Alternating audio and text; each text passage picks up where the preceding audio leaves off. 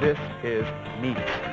I will not hide the fact that Natalie Wood, ever since I saw her in Splendor in the Grass, I wanted to just give her the biggest hug, and maybe a kiss, because I had such a crush on you then.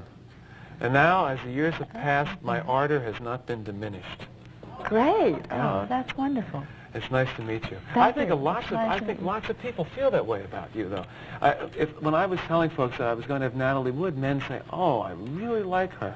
Really? I think, yes, I really think you know that. No, but I don't know that, but I'm glad you told me that. Yeah, well, I feel that. That's true. I'm not trying to butter you up. I can read your credits. I'd like to familiarize people with. Remember Miracle on 34th Street?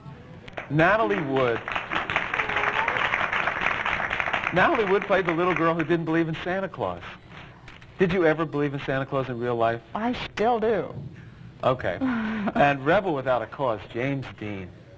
What do you think James Dean did that really, what chord did he strike? Because he still is with us. People still talk about James Dean. They still feel his presence. I know. Well, I think that Jimmy, one of the main things about him was that he really wanted to connect to people. I mean, he wanted to be wanted and needed, and he was not aloof or detached or sort of doing his own thing. I think he was saying, listen to me, be my friend, love me. But wasn't there also something about his style of acting that really was a little bit different? Well, yes, I think Marlon Brando was one of the first to I think Elia Kazan was very responsible for the careers of Marlon Brando and Jimmy Dean. I think, having worked with Kazan, because he directed Splendor in the Grass, I could see that in many ways there were mannerisms and aspects to Kazan's personality that's very forceful, and I could see that sometimes with Jimmy, that he must have influenced him tremendously. And what about Splendor in the Grass? It was one of my very favorite films at the time I saw it. Whenever I was like in early college, I think, when I saw that film. What do you remember about meeting? Where did you first meet Warren Beatty? Well, I guess we met. Warren tested for that part, and so I did a test with him. I don't remember if it was in New York or in California, but Kazan directed the test, and that was how I met him. Yeah.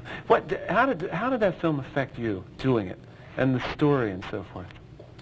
Well, it was a wonderful experience. I mean, the opportunity to work with Kazan was just fantastic. It was all filmed here also. We filmed it all in New York, so we lived here during that time. And we filmed some of it in Long Island, some of it in Patchogue, and the rest of it in Brooklyn.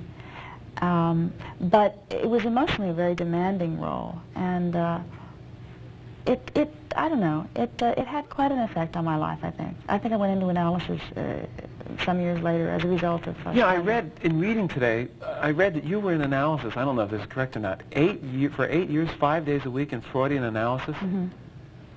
You either must really know yourself or you got robbed. which was it? I don't know. Did it work? Well... I mean, that's a tremendous amount of time, and Freudian analysis. I know.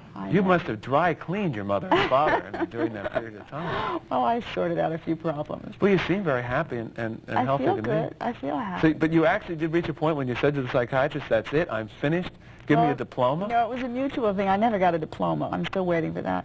But no, there was a point where we both sort of said, I began to feel that I was taking up time and somebody else's time, and that I had worked out most of the conflicts or problems or whatever that had been bothering me. And to my shock and horror, he agreed that I was pretty well ready to stop going. And then we sort of set a time, 3 months, and then you were all right. Stopped, yeah. But 8 years, 5 days a week. Mm-hmm. I mean, did that get in the way of your career at times? I mean, I can see you hopping out of bed in a film scene with somebody and dashing into the car and zooming off to the one time it was really funny because I was doing a movie in which I had to play an old lady. So it took about... Which film was that? Penelope. Oh, Penelope, right, yeah. And so it took about 3 hours to put this old lady makeup on. They put this rubber stuff on, and then they take a hairdryer and blow it on there to make your face wrinkle, and then they put these rubber appliances all around. Wasn't that scary to see yourself old like that? It was terrifying. It really was awful. But the only way I could get to my session, which was during my lunch hour, that's when I used to go, was I couldn't take my makeup off, right?